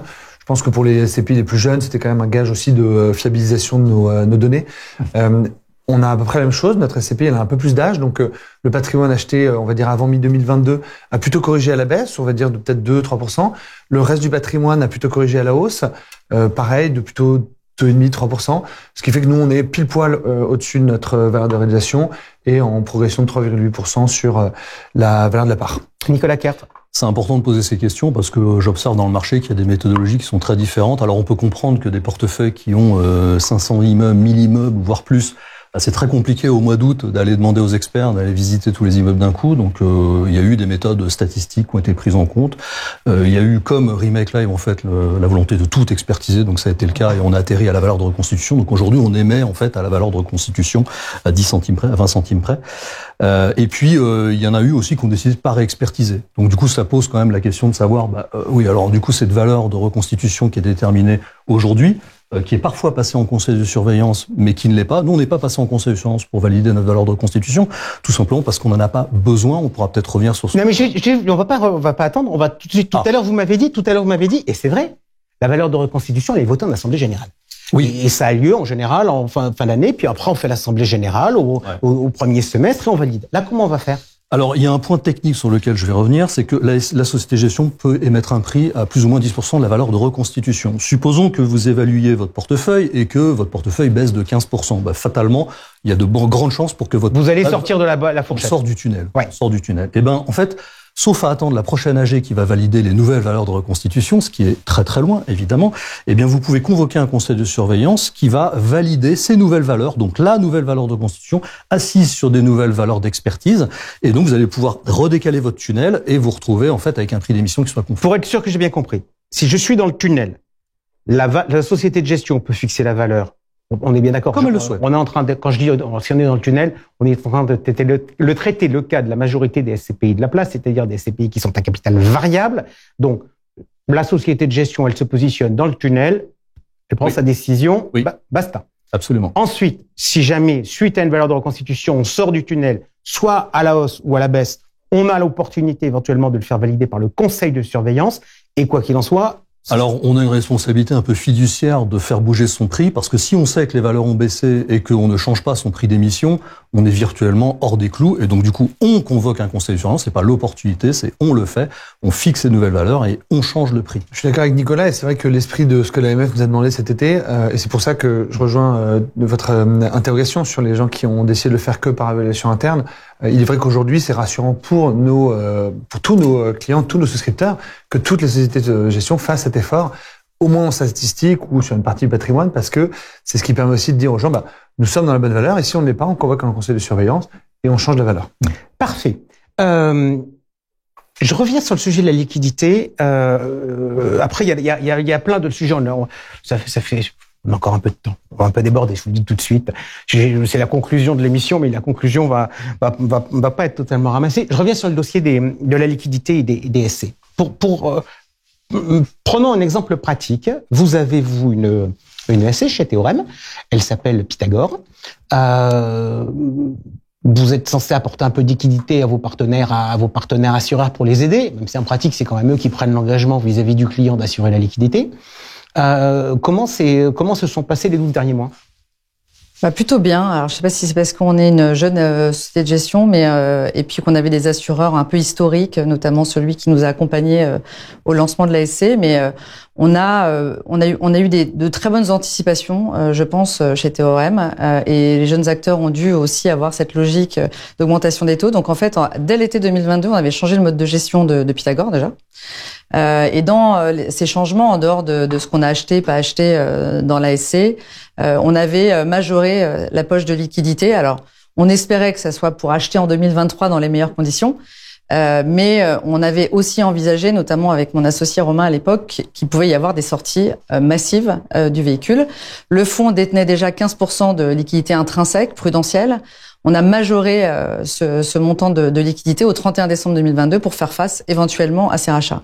Ça ne veut pas dire que c'était pour accompagner l'assureur sur ses propres responsabilités. C'est juste qu'en tant que société de gestion, oui, l'assureur porte la liquidité. En plus, il la portera jusqu'à ce qu'on soit capable d'établir une valeur liquidative. Parce que en ce moment, on parle beaucoup d'H2O, où on dit les assureurs se sont libérés de cette obligation. Non, c'est juste parce que cette société de gestion n'était plus en mesure d'établir une valeur liquidative. Tant qu'on est capable d'établir une valeur liquidative, l'assureur portera la liquidité. Donc ça sert à rien de sortir parce qu'on a peur d'être le dernier. Ça n'arrivera pas. Et donc on a parlé de tout ça évidemment avec les compagnies d'assurance très tôt. Et on a commencé à avoir des rachats, nous, dès le mois de février, comme globalement notre confrère dont on parle beaucoup actuellement. Et on a évidemment satisfait à ces rachats dans la SC puisqu'on les avait provisionnés. Mais ça ne veut pas dire que l'assureur ne fait pas face à ses responsabilités. On a des relations très proches avec eux et ils ont bien l'intention d'être au rendez-vous. Malgré tout, je vais quand même poser la question parce que le sentiment qu'ont les distributeurs et tout ça, c'est dire les assureurs, ils sont un peu faciles, quoi. Grosso modo, ils écrasent les prix des parts pour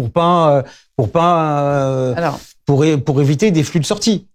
Oui, alors en fait, le problème de l'immobilier actuellement, c'est qu'on contrairement à certains fonds financiers, on peut pas faire de swing pricing. On peut pas donner une valeur. On rappelle, le swing pricing, c'est une technique qui consiste à dire que quand on a un actif et qu'on n'a pas de prix, on peut le décoter, notamment pour des raisons de liquidité. Sinon, évidemment, on fera une VL pour ceux qui restent dans le fonds et puis une VL pour ceux qui veulent sortir et donc qui payent la liquidité Voilà, ça serait génial, mais ça n'existe pas.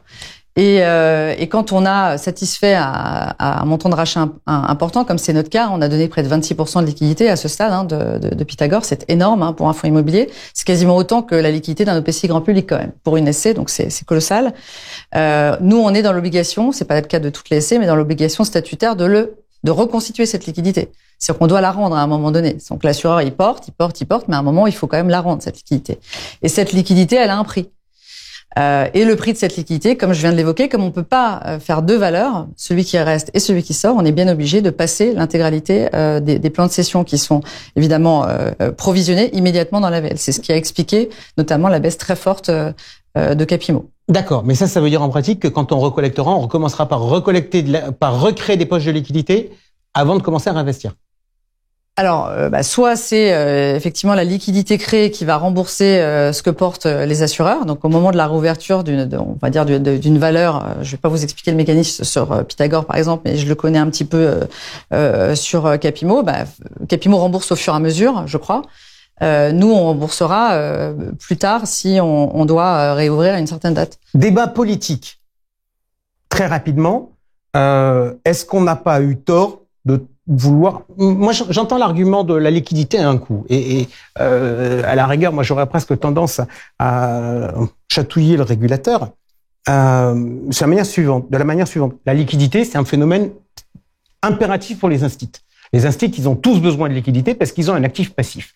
Je suis pas convaincu qu'un client particulier, il ait tant besoin de liquidité surtout, et la preuve, c'est que son principal actif patrimonial, c'est-à-dire sa résidence principale, est totalement illiquide. Et pourtant, le système, collectivement, régulateur en tête, a fait le choix de foutre de la liquidité partout. Et donc de faire payer le prix de la liquidité à la clientèle finale. Donc c'est bien de nous parler des frais à nos amis de l'AMF et de la CPR, mais grosso modo, on fait porter un coût au client qu'il n'a pas forcément demandé. Est-ce qu'on n'a pas mis trop de liquidité dans l'immobilier, Nicolas? On est face à un choc obligataire qui est juste gigantesque. L'immobilier réagit à l'environnement de taux. Je rappelle que l'État émettait à 0%, il émet aujourd'hui à 3%. Donc on a eu des remontées de primes de risque qui sont colossales. Et tout ça en un espace de temps extrêmement court, 12 mois.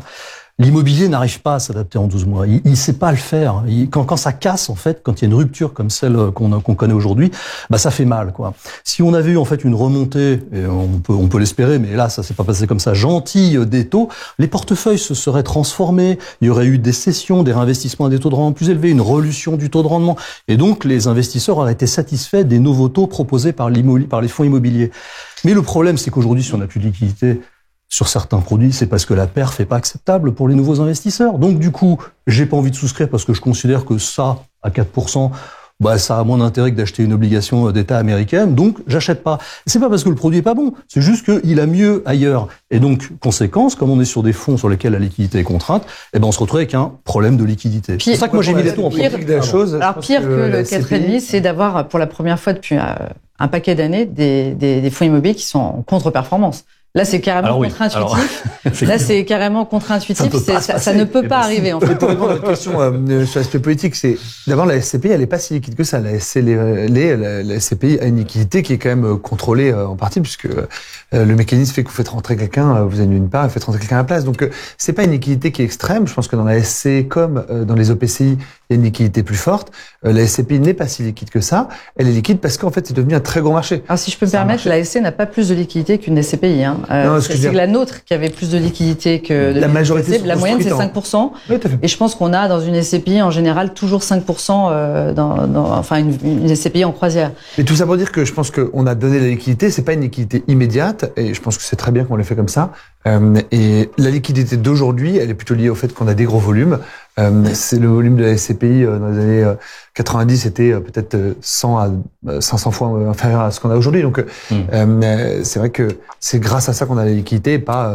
J'espère que les gens se souviendront de ce que j'ai dit. C'est arrivé une fois en 50 ans. Donc le reste du temps, on a cette liquidité par compensation et ça pose aucun problème. C'est important quand même de parler de positif. Ok. Alors, ça fait une demi-heure qu'on est ensemble, donc on va dépoter parce que j'ai encore plein de sujets. Tout à l'heure, il y a un peu un match qui a été lancé entre les SCPI neuves contre les SCPI historiques. On va faire un pitch très rapide de vos offres et surtout, je voudrais que vous m'indiquiez pourquoi vous êtes allé sur ces segments-là et quelle était votre analyse, si possible, en quelques mots. Charles, je commence avec vous sur Hirokozen. Plaisir, on a créé Hirokozen donc comme une SCPI sans frais d'entrée, avec une logique de diversification afin d'obtenir un rendement maximal pour nos investisseurs. Donc c'est une SCPI diversifiée. Gaëlle, login. Alors nous, on voulait investir l'immobilier dans la réindustrialisation en Europe. Donc c'est un fonds de conviction qu'on a pensé avant d'imaginer qu'il serait une SCPI. Donc on voulait vraiment parler réindustrialisation et souveraineté numérique, et c'est devenu la SCPI Login, donc qui investit alors très majoritairement en logistique parce que c'est un pan, ce qu'on appelle l'industriel, dans 8 pays en Europe. Et l'objectif, bien évidemment, c'est de pouvoir profiter de la période actuelle pour servir un taux de distribution dans son marché. Nicolas Kert, Remake Live. Remake Live, donc une SCPI sans commission de souscription également, diversifiée sectoriellement et géographiquement, avec une petite différence qui a quand même du sens selon nous, c'est qu'on achète des immeubles en pleine propriété sur des grands terrains, c'est ce qu'on aime faire. Pourquoi ? Parce qu'on envisage sur le moyen terme ou le long terme de faire quelque chose de ces immeubles un jour, peut-être, et donc d'avoir un moteur de performance supplémentaire, c'est la valorisation en fait du foncier un jour. Voilà. Ok. Est-ce que, alors dans ce match, bon, il y a les arguments, on a des flux, donc on n'achète pas au même taux que ceux qui ont du stock. Bon, enfin, on va peut-être pas revenir, on en a déjà parlé tout à l'heure dans les valeurs d'expertise. Est-ce que finalement, on n'est pas en train de rentrer dans une nouvelle ère dans l'offre produit ? Je vous dis ma lecture et puis vous contredisez éventuellement. La SCPI historique, grosso modo, elle a une structure d'actifs, c'est le marché. C'est principalement du bureau, plus des trucs à côté, mais c'est une diversification qui est une diversification adapté à la structure de marché, à la structure de l'offre. Ça, temps 1.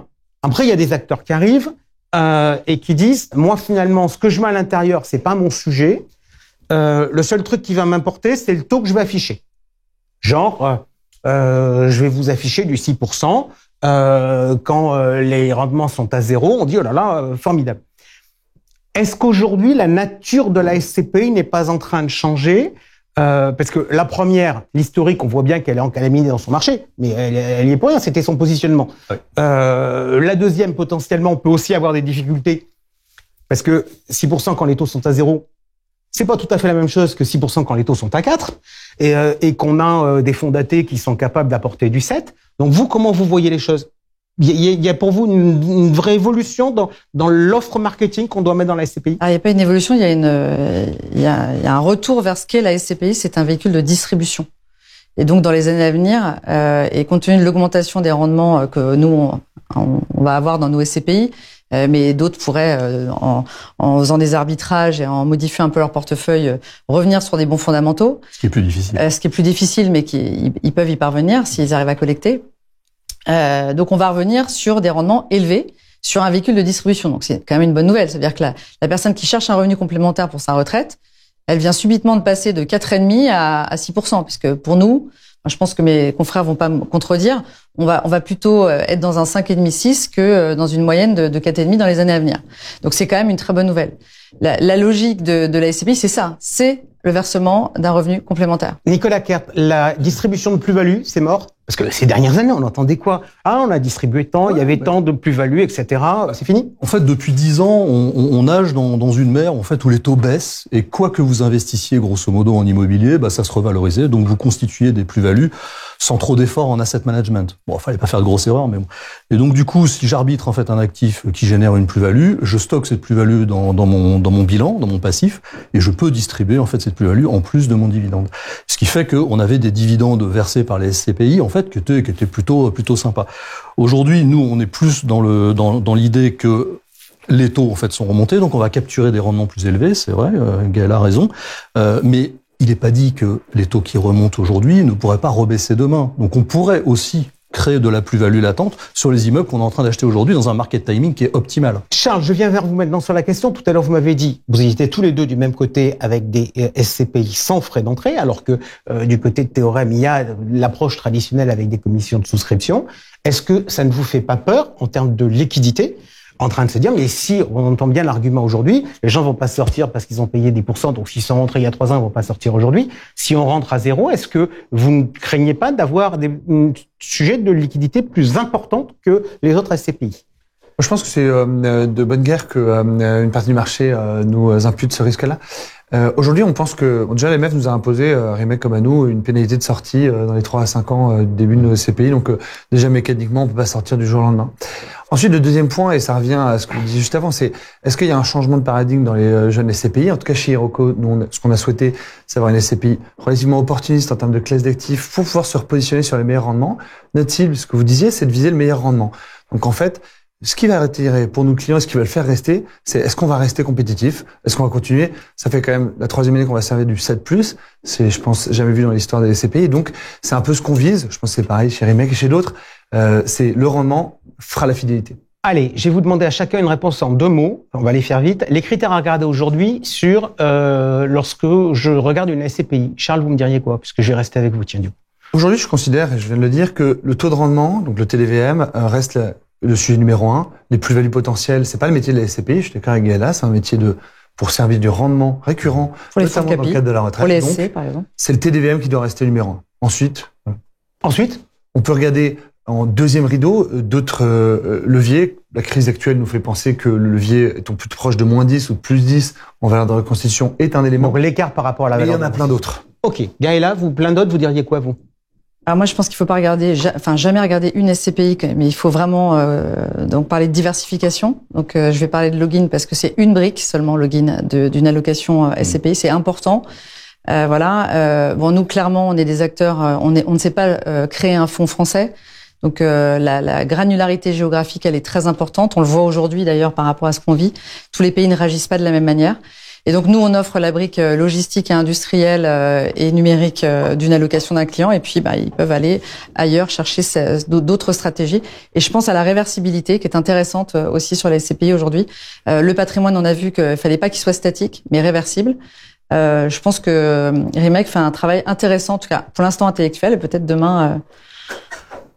L'intellectuel, il en pense quoi? Pour moi, il y a l'héritage, il y a le futur. Exactement. Il y a l'héritage, il y a le futur. L'héritage, c'est quoi? C'est la SCPI. Non pas qui a acheté, en fait, en haut de marché, en bas de marché. J'entends même, elles ont mal acheté, elles ont beaucoup collecté. Ouais. C'est pas vrai. On a acheté, elles ont acheté au prix de l'époque. Voilà. Donc, on peut pas faire ce mauvais procès. Surtout, elles ont acheté avec le pognon qu'on leur a donné. Mais oui. Alors, et donc, quand je parle de l'héritage, elles ont acheté avec la feuille de route qu'on leur donnait en fonction des SCPI. Le gérant, il avait sa feuille de route et il a acheté au prix du marché de ce moment-là. Le gars qui fait du bureau QCA à Paris dans son cahier des charges, on lui file du pognon, il a acheté du bureau QCA à Paris. Et je si c'est à 2%, on peut juger de la pertinence, mais en tout cas, si c'était le cahier des charges, il l'a fait. Mais simplement, l'héritage, qu'est-ce que je veux dire par là? C'est qu'il y a certaines SCPI qui ont eu beaucoup de clients qui sont rentrés à un moment donné, qui sont rentrés sur des niveaux de taux de rendement assez bas, donc, 4%, etc., et qui peuvent juger aujourd'hui, si en plus il y a des problèmes de liquidité, c'est encore plus compliqué, mais que ce niveau de performance historique qu'ils ont est faible. Je rappelle quand même que la capitalisation a certes doublé depuis 2015 dans les SCPI, mais ça veut dire qu'on a quand même la moitié des clients qui ont investi avant 2015 sur des taux de rendement servis par les SCPI supérieurs. Donc aujourd'hui, même si les prix baissent, ils ont quand même des taux de rendement servis en valeur historique qui sont bons. Et après, il y a le futur. Donc ça permet déjà de choisir, je dirais, dans les SCPI sur lesquels il y a eu de gros investissements et beaucoup d'épargnants qui ont investi sur des taux bas.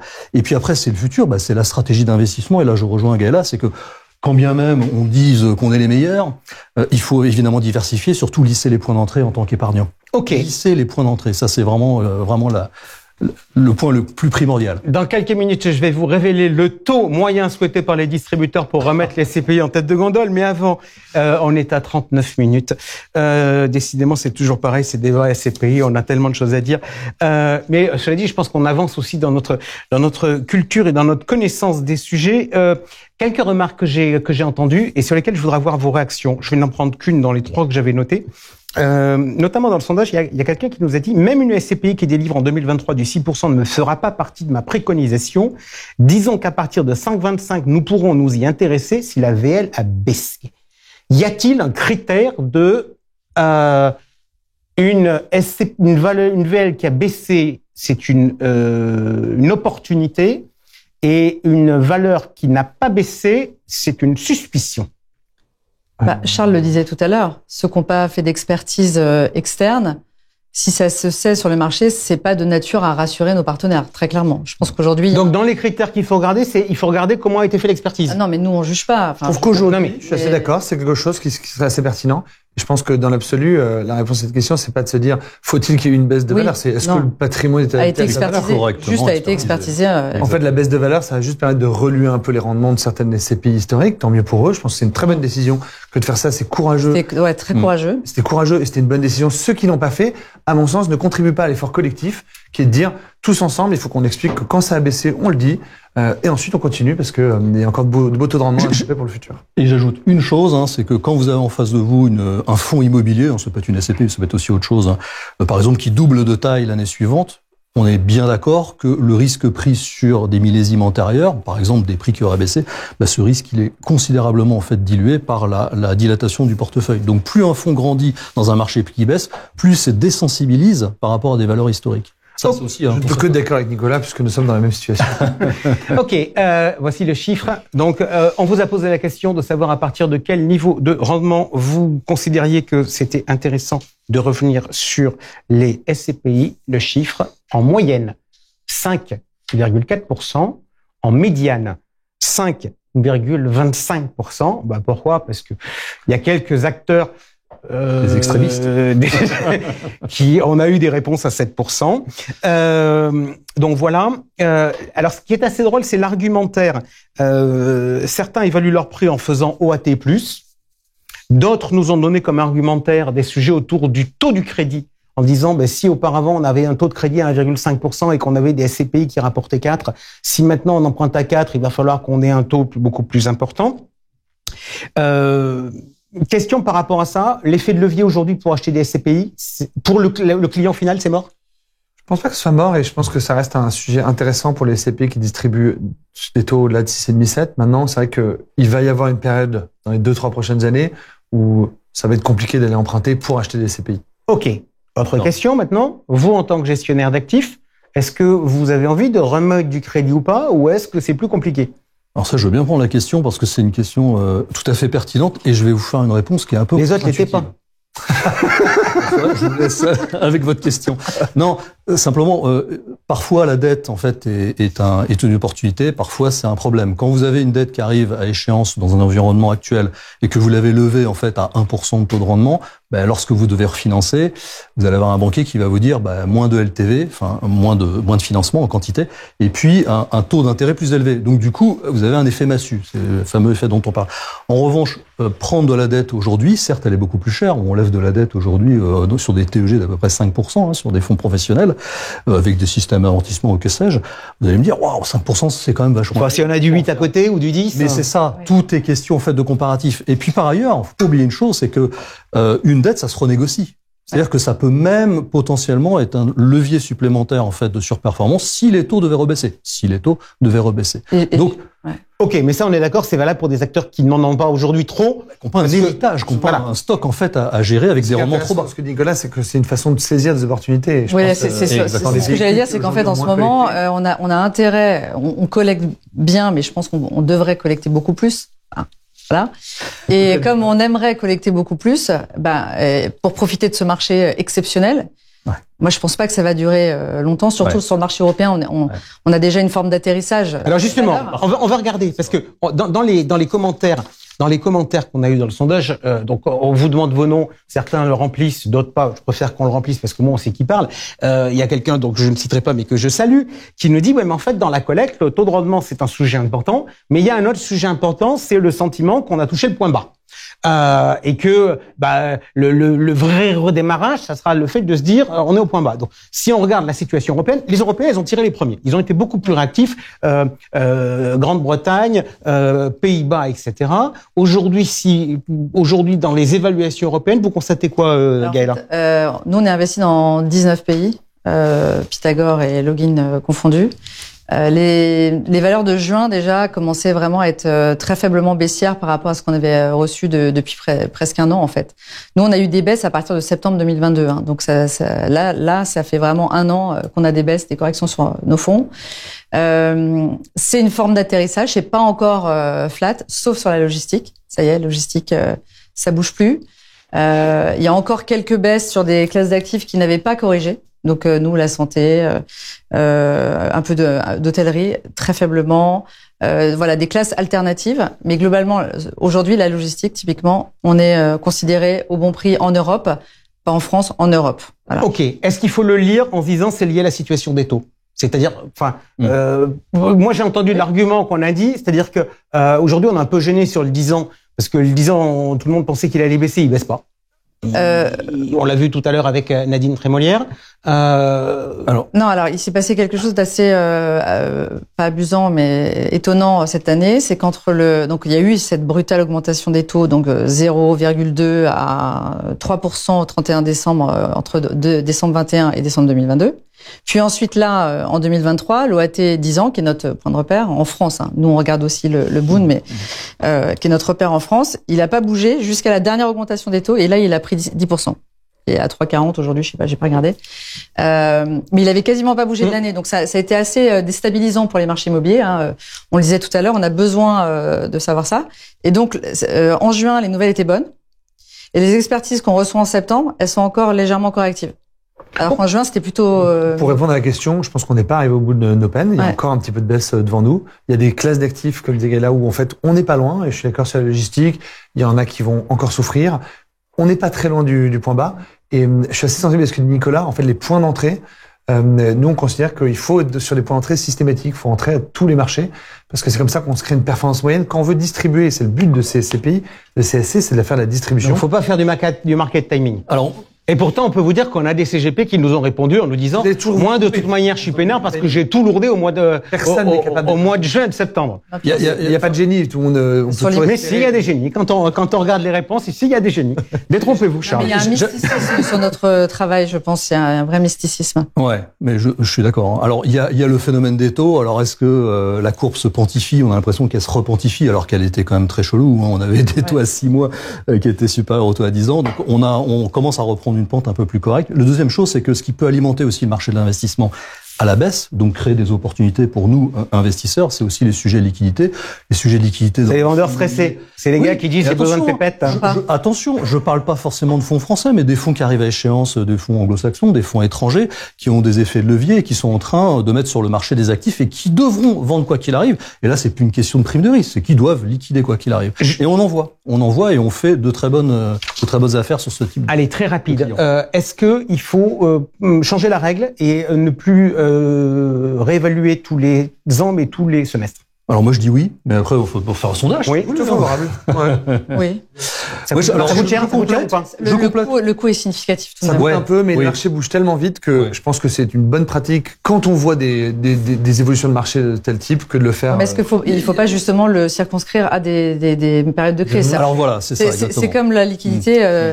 Vous parliez de liquidité tout à l'heure, on parle aussi de valorisation. Ça dépend des périodes. Si pendant 50 ans il n'y a pas de problème, on n'a aucune raison de modifier notre façon de gérer. Mais par contre, il faut effectivement que dans des périodes comme celle qu'on vit aujourd'hui, s'il y en a une à nouveau dans 20 ans, on soit capable, de faire comme dans les autres pays, de vraiment déclencher des gating, donc les fermetures des fonds pour éviter aux épargnants de faire des bêtises. Parce que je considère que voilà ce qui s'est fait depuis le début de l'année, avec des niveaux de baisse qui étaient très faibles, c'est uniquement de la peur et probablement une communication qui a pas été satisfaisante et qui a créé cette anxiété. Mais ça n'aurait pas dû arriver. Et bien entendu, sur les valorisations, de même, s'il y a à nouveau un jour ce type de problème, on pourrait effectivement accroître la fréquence de ces valorisations. Et pour autant, il ne faut pas forcément le faire tout le temps. Et a bien joué son rôle en fait. Oui. Moi, je remercie tous les professionnels qui ont joué ce jeu-là, parce que je pense que c'était important pour montrer au marché que c'est pas la Bérésina. Et je pense pas qu'on ait besoin de réguler là-dessus. Je pense que on est capable tous de faire l'effort quand un événement de marché comme celui-là arrive. Je pense qu'il y a une façon de procéder. Le Code monétaire et financier rappelle qu'on doit émettre dans un tunnel de plus ou moins 10% sur une valeur qui a été validée parfois il y a 1 an en arrière, valeur qui a été elle-même calculée sur une valeur d'expertise très antérieure. Donc il peut se passer beaucoup de temps entre la réalité de marché et puis cette fameuse fixation de valeur. Je pense qu'on doit rappeler aux sociétés de gestion, de SCPI, parce que les autres fonds sont en VL, que c'est de leur responsabilité fiduciaire que d'émettre tout le temps dans un tunnel de plus ou moins 10%. Et donc, c'est de leur responsabilité de s'assurer que les valeurs d'expertise n'ont pas bougé sur le patrimoine. Si elles ne le font pas, c'est aussi leur responsabilité assumée vis-à-vis des clients. Et sur les SC, c'est pareil, faire rentrer les clients au bon prix, puisqu'on a une valeur trimestrielle, avec une valorisation trimestrielle, avec une valeur hebdomadaire. Et donc, quand le client rentre chaque semaine, il doit rentrer absolument au bon prix. Allez, je vous fais la dernière question. Du coup, je vous fais ce que vous venez de me dire, je vous fais un package global entre ma réaction à ce que vous venez de dire et ce que j'avais prévu de vous poser comme question. Collectivement, c'est-à-dire la place, et individuellement, c'est-à-dire vous, acteurs, est-ce que il va pas falloir changer le discours et la communication? Changer le discours, pardon de le dire cash, mais moi j'ai quand même beaucoup trop entendu la pierre papier. C'est des forts rendements sans risque, y compris quand on l'a fourgué dans des contrats de capitalisation, dans des trésors d'entreprise.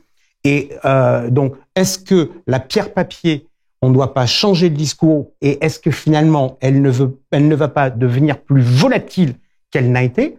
Autrement dit, se rapprocher, quitter l'univers traditionnel de la SCPI pour se rapprocher tranquillement de l'univers des foncières.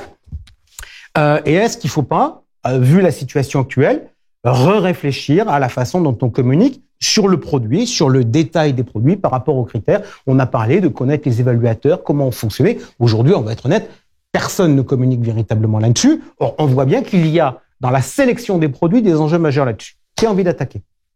Moi, je pense pas qu'il y ait eu de mis-selling. Parce qu'en fait, on traite de ça en disant, bah oui, alors les prix ont baissé, les clients sont pas contents, ils sortent, ils ont pas compris que c'était un produit pas liquide. On voit en fait l'empilement de normes en fait que les distributeurs, mais aussi les sociétés de gestion en fait assument depuis un certain nombre d'années. Franchement, quand un client rentre dans un produit comme celui-là, il a été filtré, refiltré, refiltré, de telle sorte qu'il a bien compris en fait qu'il était dans un produit qui générait en fait un certain nombre de risques et notamment des problèmes de liquidité. Par ailleurs, dans les communications, de mes confrères, de nous tous, on le voit, on répète à chaque fois, attention, risque, machin, liquidité, performance. Ouais, non, mais d'accord, mais ça, pardon de vous dire la chaussure. Non, mais pardon de vous dire la chaussure. C'est tellement écrit en langage régulateur que ça finit obligation de langage, manger 5 fruits et légumes par jour. C'est là, mais c'est là où moi je donne ma position. Mais à un moment, il y a des choses qui sont contre-productives. Il y a quand même quelque chose qui est très facile à lire et qui est sur nos fonds. C'est donc le SRRI. Et on n'est pas un. On est 3, exactement. En moyenne. Ouais. Et en fait, et dans les d'ici, tout est là. Alors nous, on est en plus en stress test sur un de nos fonds, donc on voit bien le DIC qui sert à quelque chose sur avec les différents risques forts, etc. Et on est dedans, quoi. Sachant que ça traite pas la liquidité. En revanche, le SRRI n'intègre pas la liquidité. Sur les Charles. Pour répondre à votre question, je pense que pour le marché, c'est pas une bonne chose que le marché de la SCPI devienne un marché proche des foncières, parce que en fait, c'est un marché de long terme. C'est de la retraite, c'est de la prévoyance. On s'endette sur 15 ans, on le fait en démembrement 15 ans. Donc en fait, ça n'a pas de sens de faire varier les prix tous les jours, parce que vous créez un stress qui est inutile. Vous ne rentrez pas dans ce produit pour en ressortir 2 ans après. Ouais. Donc c'est un produit long terme, c'est marqué. Nos durées d'investissement sont à 8 ans, 10 ans. Il faut que le souscripteur ait en tête. Et c'est pour ça que si je viens à la deuxième partie de la question qui est chez Iroko, nous on considère que le format de la SCPI, il est au contraire très pertinent, parce que venez chez nous pour prendre du rendement, ne venez pas chez nous pour faire des plus-values tous les ans. Alors, moi, je pense que les sociétés de gestion font très bien leur travail. Et en plus, comme on est extrêmement régulé, effectivement, tous les docs sont nickel, nos posts LinkedIn sont nickel, etc. Mais nos partenaires et leurs clients, pour eux, l'immobilier, ça n'avait pas bougé depuis des décennies. Et donc, voilà. Et donc, c'est effectivement tangible, stable. C'est un actif réel. Et encore une fois, par rapport à tous les sujets qu'on vit aujourd'hui, oui, c'est vrai. Et donc, forcément, ça les a encouragés. Et donc là, je vais répondre à Jean-François, à probablement prendre des décisions d'investissement qui n'étaient pas forcément pertinentes. Je pense effectivement à de la trésorerie un peu trop court terme, ou à se dire que si jamais ils en avaient besoin, comme l'assureur portait la liquidité, ou qu'ils avaient un fonds sans frais d'entrée, donc demain ou dans 5 ans, ils pouvaient en sortir. Et sauf que ils peuvent en vitesse de croisière, mais pas cette année. Ok, merci à tous les trois. Je disais tout à l'heure en introduction, dans les qualités qui étaient souhaitées, j'avais anticipation et réactivité. Je pourrais rajouter adaptabilité. En fait, on va être honnête, on était censé faire une demi-heure, on a quasiment fait 1 heure. C'est des allées directes. Mais cela dit, le sujet me paraissait très important pour vous, dans la situation actuelle, de vous apporter des éclairages techniques, parfois aussi un peu philosophique sur ce qui était en train de se passer. Merci beaucoup Nicolas Kert, Charles Ducé-Leclerc et Gaëla Welgarch d'avoir été avec nous. Je vous donne rendez-vous le mois prochain pour un nouvel et plus encore. Ciao.